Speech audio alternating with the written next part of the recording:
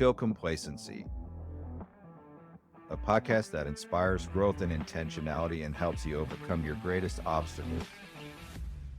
Amazon and print on demand, is that really messing with the publication, the leverage they used to have, a distributor?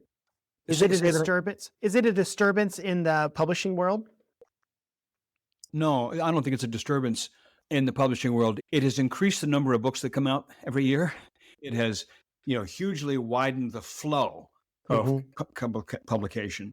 They're kind of two different worlds, the traditional publishing world and this publishing world. They're not completely separate, but they're kind of separate. When the traditional publishing world publishes figures on sales for the year, they tend to just include their sales, not their sales. I see. And self-publishing, especially in some genres like romance or fantasy, is as big quantitatively as traditional. It's like millions of copies of things a year, millions of new titles a year. It's huge. So there's a whole new, I use this word advisedly, amateur publishing stream. The word amateur means someone who loves, right? It's a lover of what they do. The connotation is they don't get paid for it or they don't do it very well. That's not necessarily true, but it is kind of professional publishing and amateur publishing. And if you're going to do it on this channel yourself, then I think it behooves you for your book to have the kind of impact that you want it to have, to reach the people you want it to reach. It behooves you to emulate the production values of a professional channel. In Amazon self-publishing, no problem. Print on demand, way to go. Traditional publishers are using print on demand more and more. The lines are getting blurred. So it's just not a problem. It really comes down to the resources and commitment and skill sets of the people producing the book. You can put out a self-published book that looks like $1 million and is $1 million.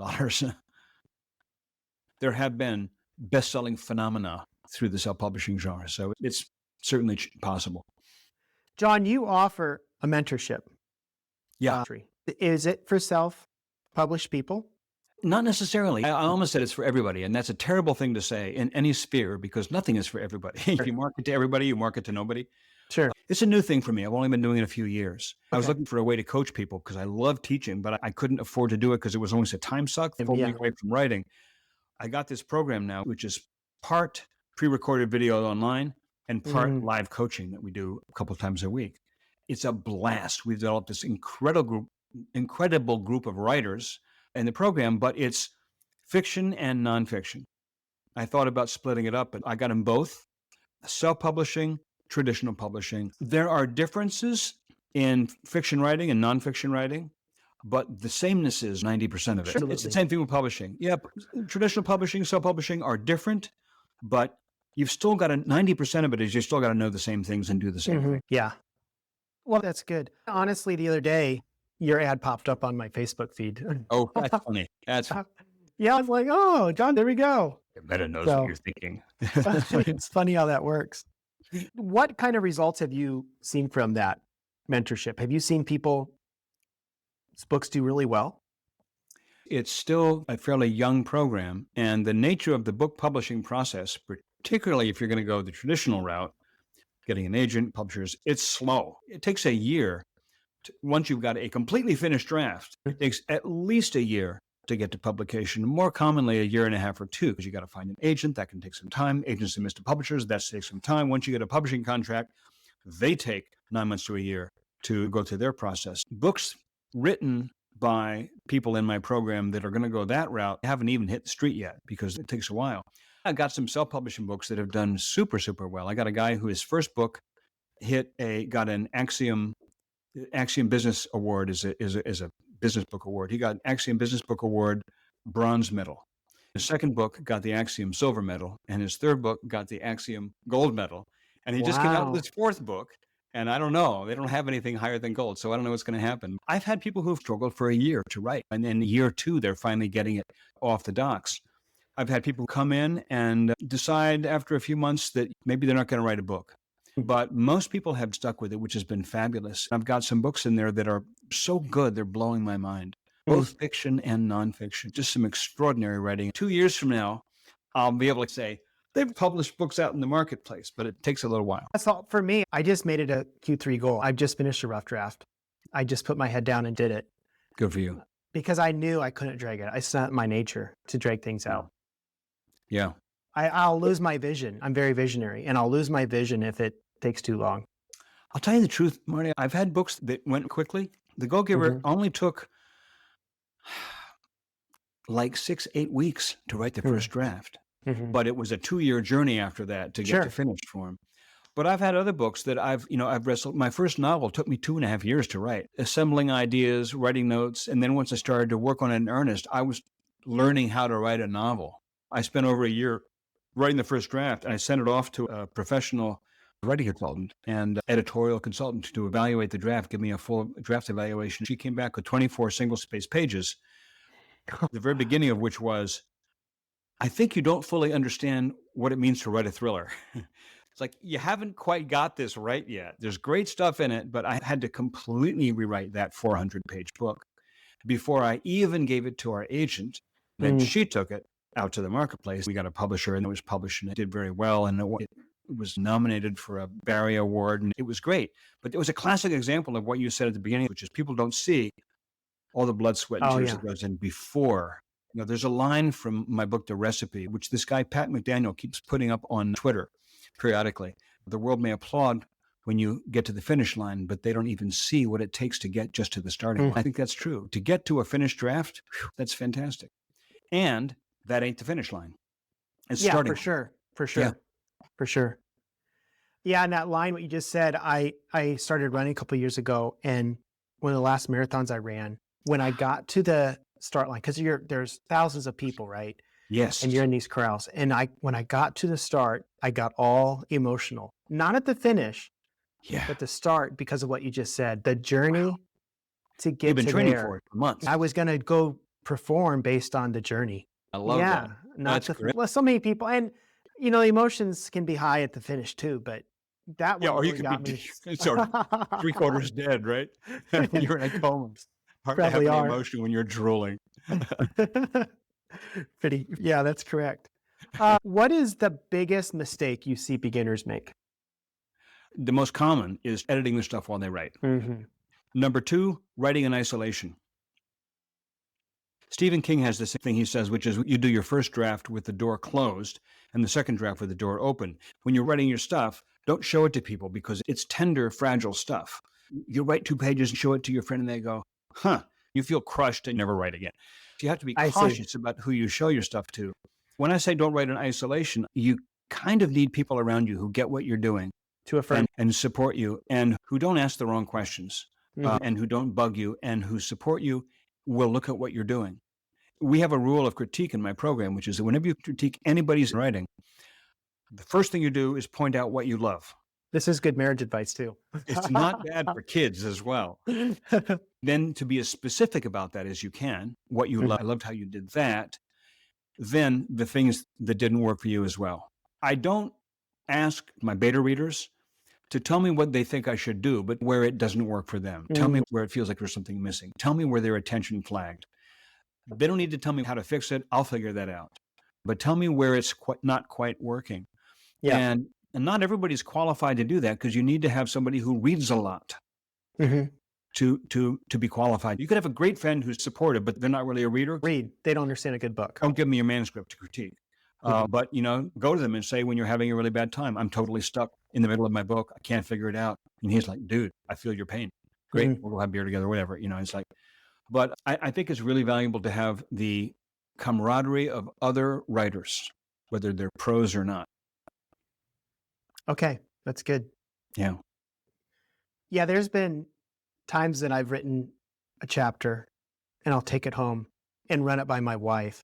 Yes. How's it going? And I don't know if you feel this way, but I feel kind of stripped.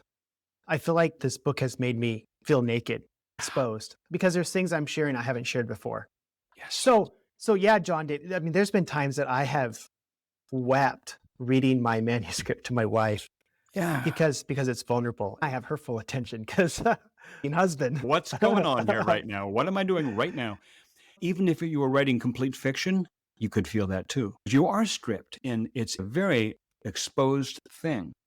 It's very personal. Yeah, it is the same for fiction. It absolutely is, because you put a lot of yourself into fiction. Yes. There's this thing that we say, which is almost a cliche now, that when a woman comes to you with a problem, she doesn't want you to fix it. She just wants you to hear it, right? Mm, That's true for writers. Mm. Frequently, when I take an idea to my wife, either a chapter or even just in my own words, the idea I'm working with, and I Sure. share it with her, she knows not to say, well, I'm not sure this works or that works.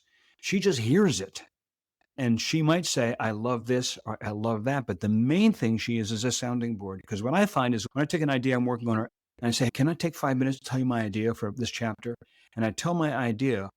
In the process of telling her, I start to get ideas I didn't have. I start to Sure. get things straight. It changes things just by her hearing it.